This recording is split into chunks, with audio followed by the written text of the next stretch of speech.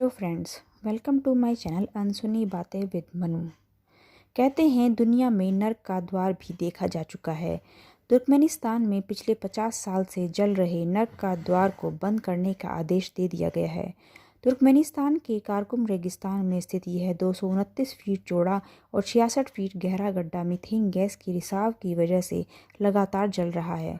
अब इस देश के राष्ट्रपति गुरबांगुली बर्डिमुखादेवो ने अधिकारियों को आदेश दिया है कि इस आग को बुझाने और इस गड्ढे को बंद करने के लिए जो भी प्रयास किए जा सकते हैं उसे तत्काल शुरू किया जाए।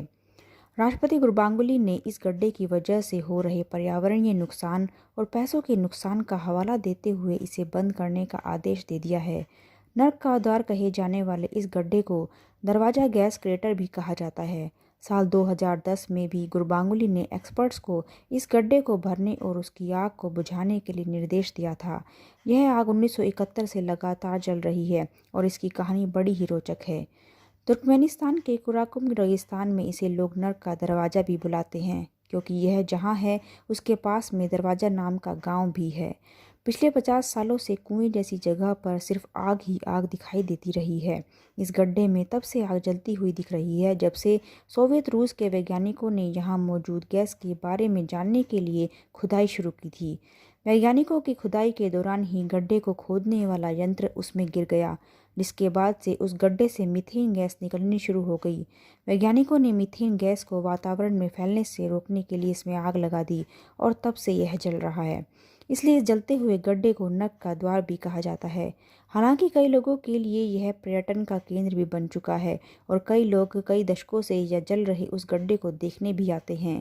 गुरबांगुली ने कहा कि इंसानों की गलत हरकत की वजह से बना यह गड्ढा हमारे पर्यावरण और लोगों के स्वास्थ्य पर बुरा प्रभाव डाल रहा है, क्योंकि इसके आसपास के गांवों में रहने वाले लोगों की सेहत बिगड़ती जा रही है। हम लगातार बेशकीमती प्राकृतिक संसाधन भी खोते जा रहे हैं। अगर हम इसी तरह मीथेन गैस का उपयोग किसी सकारात्मक काम में लेते तो शायद देश के लोगों को ऊर्जा का गलत रूप नहीं मिलता। ऐसा नहीं है कि इस गड्ढे को बुझाने का प्रयास पहले नहीं किया गया, लेकिन हर बार नाकामी ही मिली।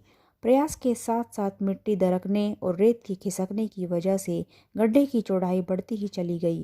धीरे धीरे यह एक पर्यटक स्थल बन गया। मजबूरी में सरकार को इसके चारों तरफ घेराबंदी करनी पड़ी ताकि लोग इसके नज़दीक ना जाएं, क्योंकि मीथेन गैस की वजह से जल रही आग से भी बुरी और बेहोश करने वाली दुर्गंध आती है। ज़्यादा देर यहाँ खड़े रहना भी तबीयत बिगाड़ सकता है।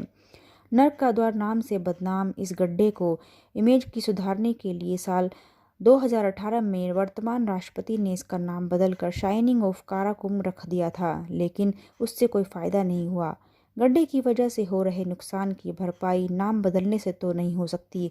समस्या ये है कि राष्ट्रपति के आदेश के बाद एक्सपर्ट अब इस आग को किस तरह से बुझाएंगे, क्योंकि अगर नर्क का द्वार धरती की ऐसी परत से जुड़ा हुआ मिला जहां पर मीथेन गैस का अथाह भंडार है, तो गैस को निकलने से रोकने का कोई इलाज नहीं है। अब इसे कितना ही ढक लो, बंद कर लो, गैस तो निकल ही जाएगी। कुछ वैज्ञानिकों का मानना है कि तुर्कमेनिस्तान की सरकार को इस गड्ढे की गर्मी का उपयोग ऊर्जा पैदा करने के लिए करना चाहिए। आज के लिए बस इतना ही। मैं आपके लिए ऐसी ही अनसुनी बातें लाती रहूँगी। तब तक के लिए stay safe, stay healthy, stay connected.